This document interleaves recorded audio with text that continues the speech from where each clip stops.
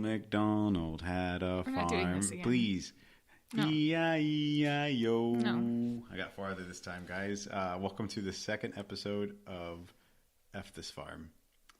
With me, my name's Armando, and with me is... Erica. And you can find us at F This Farm on Twitter and follow Erica on Merriweather Meadows, at Merriweather Meadows on Facebook and Instagram. Isn't that right, Erica? That's where I'm at. Well, we're going to try and bring some energy to this podcast today. Erica spent the past 2 days trying to catch one of our little rabbits. Can you tell us about that, Erica? Why'd you let that happen? Yeah, we started with 2 rabbits. When we actually have several rabbit sagas. I don't know. I can't talk about this without giving you some backstory.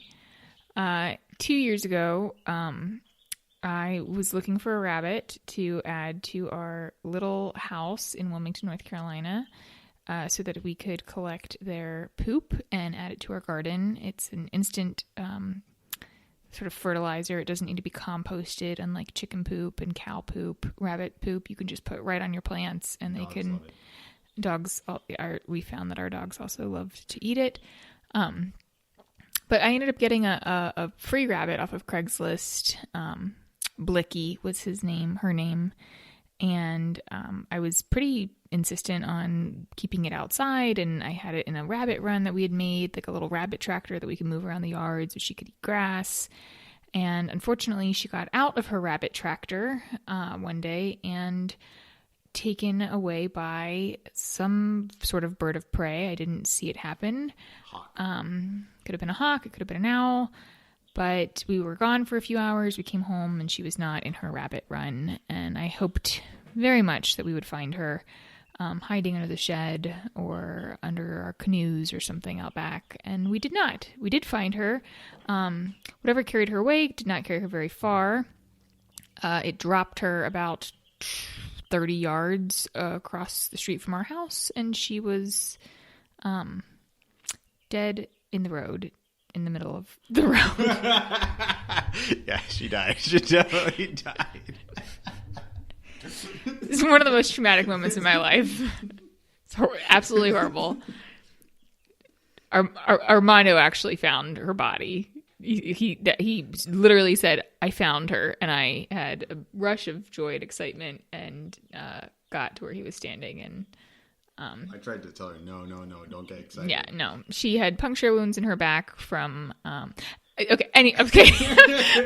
So we don't need to go through all of this. Her replacements are 2 sibling lop ears, Beluga and Narwhal. And Narwhal is our female. She has escaped twice. I have continued to insist that these be outside rabbits.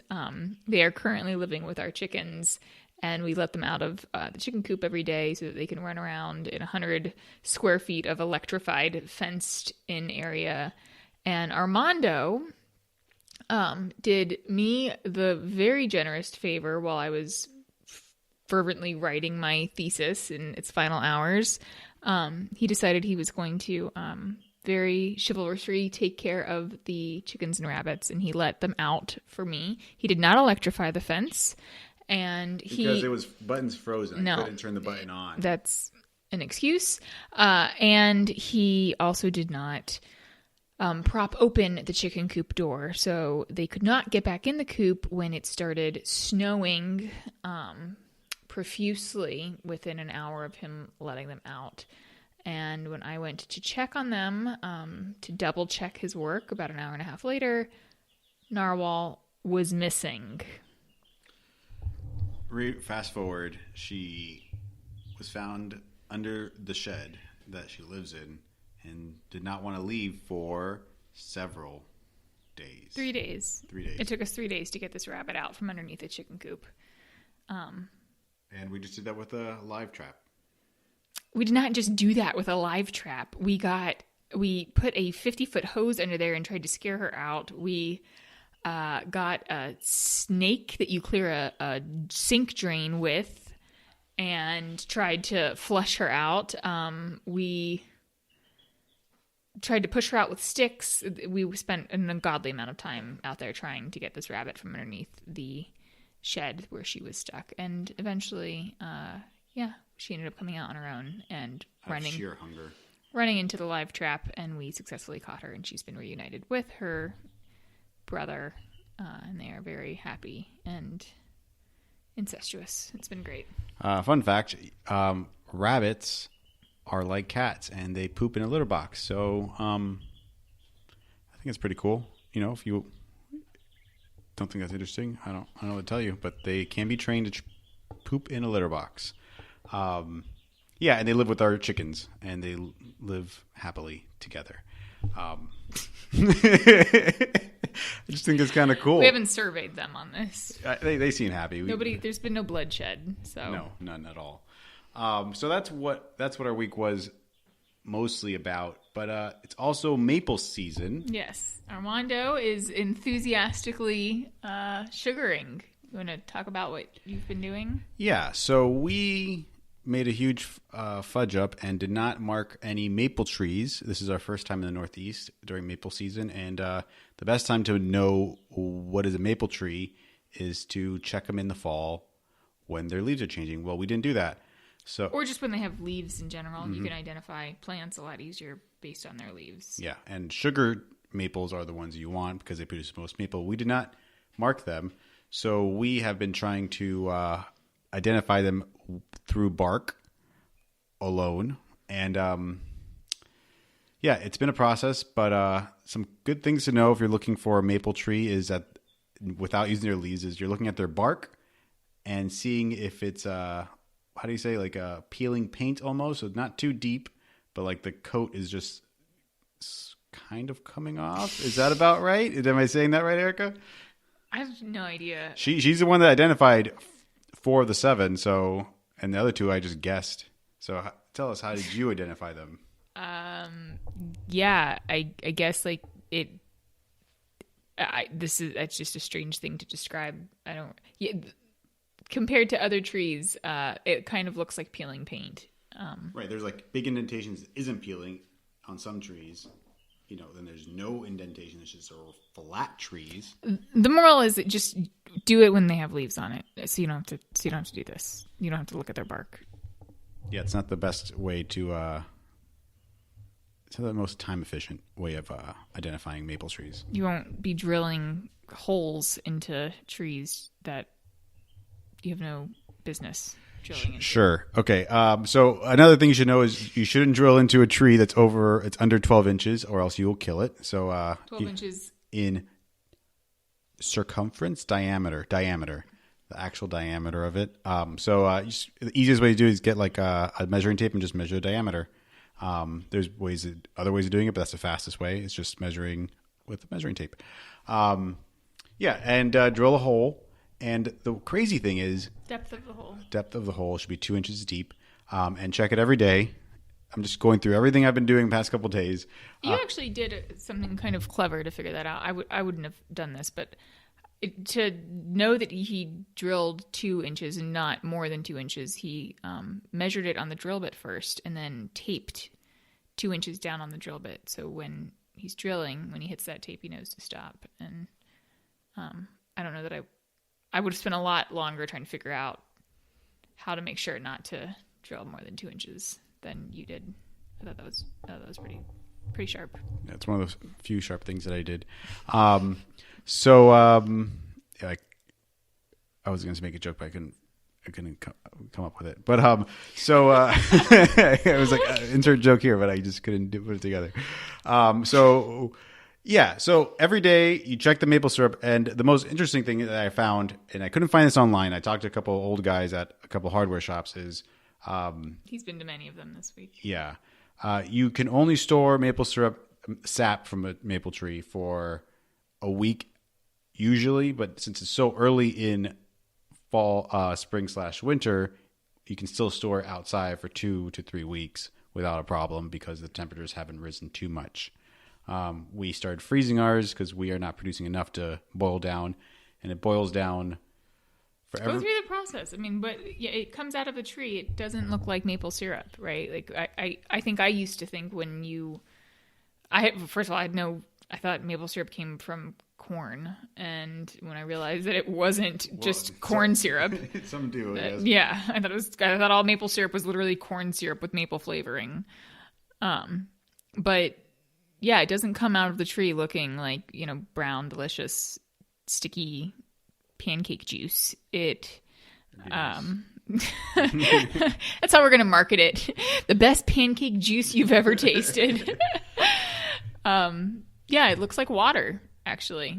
And it is mostly water. There's actually not a ton of sugar in the sap, the liquid that comes out of these trees. Yeah, for like every 20 gallons, you get 1 gallon of actual maple syrup. That's how much you're boiling. Half a gallon for every 20. Yeah, it's not a lot. So that's why maple syrup is so expensive. Real maple syrup. Mm-hmm. Vermont maple syrup. Plug Northeast life. That's what's up. Yeah, so we are in the process of figuring all of that out with maple syrup, but we haven't done the boiling process, and we'll keep posted on how that's going. I've bought some cinder blocks, and we're going to be grilling sap for hours on end to get it down to a bottle of maple syrup and save ourselves $30 in maple syrup, I guess. That's the goal. That's the dream. It's how we make our millions. Hacking the maple syrup industry one drip at a time. One drop at a time. One drop at a time. There you go. That's the new Merriweather slogan. One drop at a time. No. Okay. Yeah. So this next week we're going to be getting our chickens ready, and we'll be talking about that as it goes. But we're going to be building some chicken runs. Tractors. Chicken tractors. Chicken tractors. What's the difference? Chicken runs. This is a pop quiz. Chicken runs is where chickens run, and a chicken tractor is where the chickens sleep, and you move them around your pasture so they are. It's mobile. That's the difference. A chicken tractor is mobile. A chicken run is not typically mobile. But does a chicken run have a place for them to sleep? No. So there's more, because a chicken tractor does have a place for them to sleep. Well, we are building a chicken tractor with a coop in it, but they don't all have coops in them. Yeah. So that's going to be our project coming up. We're still waiting for the snow to completely thaw out. But yeah. Yeah. And actually, this is going to be the first project that we've done with a blueprint. We broke down, and after, I don't even know how many projects we've worked on, we finally did not just decide to make our own and put together 1,700 photos from Pinterest and try to guess what wood they were using. We broke down and paid $27 for blueprints for these chicken tractors from, I believe it's called the Green Willow Homestead. Follow them at Green Willow Homestead. I think that's their name. We're just going to guess. There's got to be a Green Willow Homestead out there. You're welcome if it's not the real one. But yeah, once it's all built out, we'll definitely link that in our Instagram. And if it's as good as they say, good as they make it look.